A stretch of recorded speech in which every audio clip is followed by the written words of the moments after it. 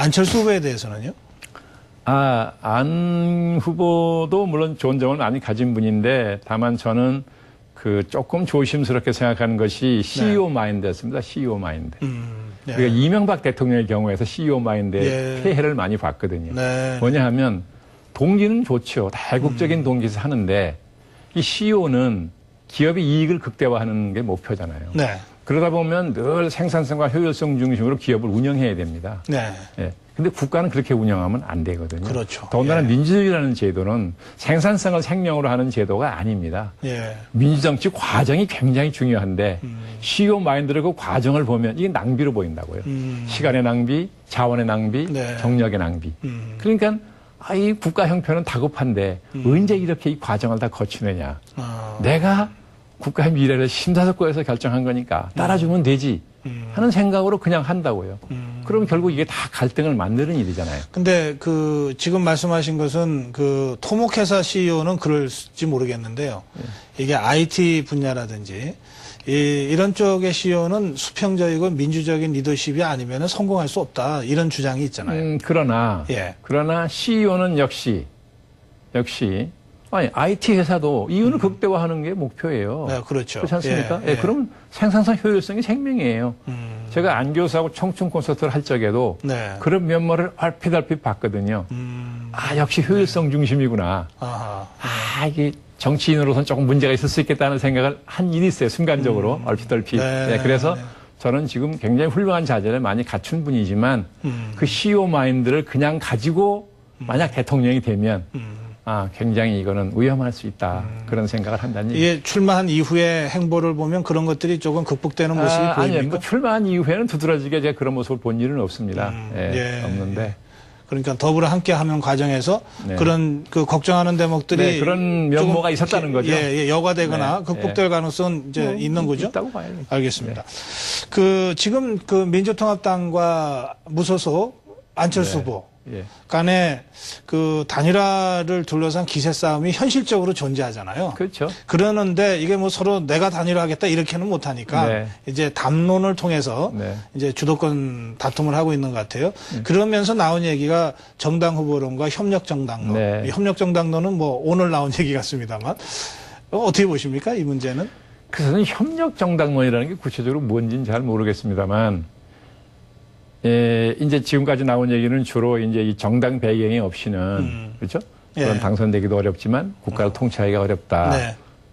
국회가 다 야당으로만 돼 있는 거 아닙니까? 대통령 무소속이니까. 그렇죠. 대통령이 무소속일 경우에는 그렇죠. 그렇죠. 그럼 어떻게 매번 저 국회를 설득한다는 것이냐. 이론적으로는 가능하지만 현실적으로 가능하지 않다. 이런 걱정이 많이 있었죠. 저는 그거 충분히 뭐 동의하지만 저는 그보다 더 근본적으로 문제가 되는 게 책임 정치를 할 수 없다는 겁니다.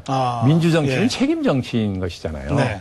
그래서 국민이 그죠? 정당이라는 존재를 책임을 묻는 대상으로 설정해 놓은 겁니다. 제도가. 그렇죠. 정당이 각종 선거를 치르죠. 지방선거도 치르고 국회의원 총선거 치르고 대선 선거도 치릅니다. 그래서 일정 기간이 지나면 책임을 국민이 묻는 거죠. 심판하는 거 아닙니까? 책임을 지고 책임을 묻는 것인데 대통령이 무소속이면 누구를 심판 대상으로 삼을 수 있습니까? 동안 5년 단임제예요. 재선 대통령 같으면 또 그때 심판한다고 그러지만 그 시간도 없어요. 그러면 책임 정치를 할 수가 없거든요. 그래서 안 후보 자신도 자기가 쓴 책에서 이 책임 윤리를 굉장히 강조했습니다. 당연한 얘기죠. 그런데 막상 무소속 대통령은 책임 윤리를 지킬 수가 없어요. 그럼 완전히 무책임 대통령이 되는 거죠. 그래서 저는 본인이 아무리 책임을 강조해도 구조적으로 그렇죠. 국민이 책임을 물을 대상이 없으니까. 그래서 이건 위험하다. 민주정치에서 그러면 안 된다는 거죠.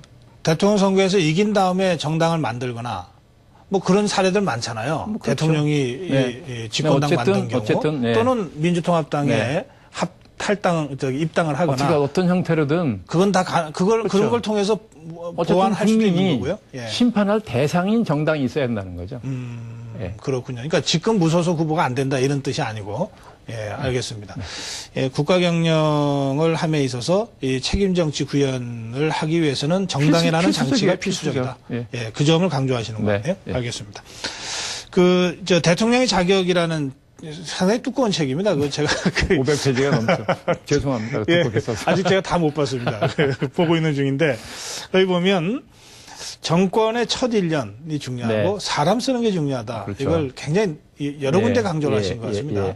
그 여러 경험과 어떤 면에서는 실패의 어떤 쓰라림까지 여기 담겨져 있는.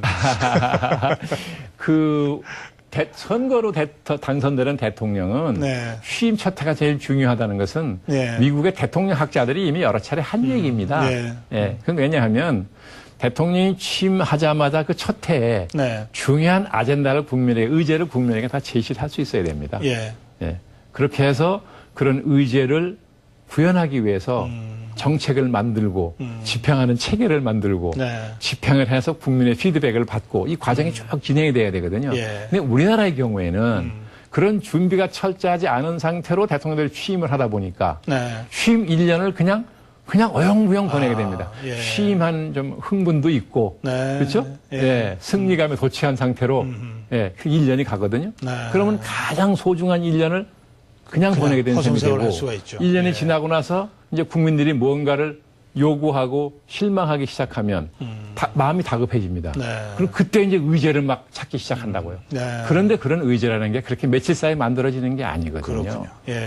그러니까 1년을 그렇게 보내고 나면 나머지 4년을 굉장히 힘들게 보내게 마련이죠. 그래서 소급하면 이렇게 되지 않겠습니까? 대통령의 취임 첫 해 1년이 중요하면 실질은 첫 해 취임 1년이 시작되는 1월이 중요하고 어떤 면에서는 대통령 당선이 12월 19일 날 이제 밤에 확정이 되면 바로 그날부터 일주일 또는 인수위를 통해서 앞으로 5년간 어떤 일들을 하겠다고 방향을 제시하는 이 기간이 절대적으로 중요하다 이렇게 볼 수 있잖아요. 그럼요. 그 인수위가 이제 과거 정부가 한 일을 총체적으로 평가하는 거 아닙니까? 평가해서 국민에게 보고를 해야죠.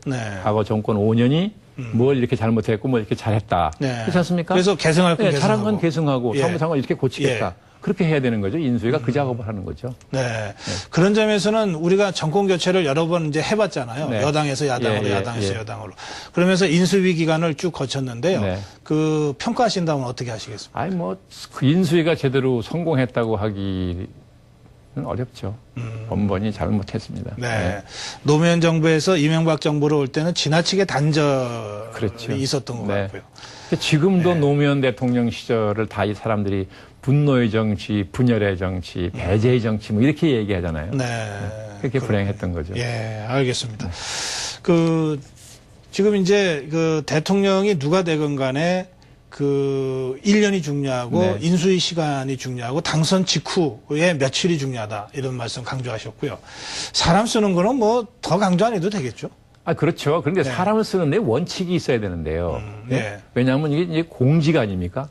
공직 중에서도 강요나 청와대 수석 같은 경우는 굉장히 고위공직입니다. 그렇죠. 대통령의 의사결정에 영향력을 행사하는 자리이기 때문에 그런 고위공직은 철저하게 공적 기준으로 사람을 써야 됩니다. 공적 기준이 뭡니까? 적재적소라는 원칙이죠. 그건 옛날부터 왕조 때부터도 늘 적재적소가 강조되어 온 이유가 그게 안 되는 경우에 문제가 생겨서 그랬던 거 아니겠습니까? 왕조 때도 인재 등용 문제가 늘 굉장히 중요한 화두였죠. 지금도 마찬가지죠. 그래서 공적인 기준으로 사람을 쓰면 될 텐데 그렇게 하지 않고 사적 기준으로 사람을 쓰는 경우가 많죠. 이명박 대통령의 경우에는 초대 내각이 강부자 고소형 내각이라는 비판을 받았잖아요. 그 별명이 붙은 이유가 뭡니까? 이게 사적인 인연으로 사람을 썼다는 얘기였잖아요. 그렇죠. 그거는 공적 원칙으로 사람을 쓴 게 아니기 때문에 그렇게 인 사람은 안 된다. 그런데요. 선거를 하다 보면은 공세운 사람들이 생기잖아요. 있습니다. 옛날로 따지면 공신. 있죠. 이 사람들이 근데 이 국가를 경영하는 데는 적합하지 않은 사람들일 수가 있잖아요. 그럴 경우에 어떻게 해야 됩니까? 그럴 경우에는 답은 나와 있는 것 같은데. 경험을 쌓게 해줘야 됩니다. 그러니까 국가 정책을 결정하는 중요한 자리에 가면 실수를 계속하게 됩니다. 모르니까. 뭐 사람이 나빠서 그런 게 아니라 모르니까 실수할 수 있는 거거든요. 그러니까 외직을 주어가지고 외직을 주어서 좀 경험을 쌓게 해줘야 됩니다. 이 국가라는 게 어떻게 운영이 되는지, 공무원 사회의 특징은 뭔지, 관료의 속성은 어떤 것인지, 정책이 어떻게 만들어지고 어떻게 작동하는 것인지 이런 걸 좀 보게 해줘야 됩니다. 그렇군요. 그래서 2년 반이면 임기 반이 지나가잖아요. 한 2년 정도를 외직에서 훈련을 시킨 다음에 임기가 이제 절반을 넘었으면 레임덕이 서서히 오기 시작하거든요. 그때 이제 외직에서 경험을 쌓은 측근들을 한 사람 한 사람씩 청와대를 불려드린다. 정말 아끼는 사람이라면 그렇죠. 그렇게 해야 된다. 네, 그렇게 해야 된다는 거죠. 그렇군요. 네. 저 농공행상을 할 때 자리로 상을 주지 말라는 얘기는 옛날부터 있었는데요. 근데 이게 잘 안 지켜지니까 매번 말이 나오는 거죠. 네, 그 잘 안 지켜지니까 계속 또 강조는 또 해야 될 것 같습니다. 오늘 그 말씀 강조하는 걸로 마무리하겠습니다. 네. 고맙습니다. 감사합니다. 예. 네. 예.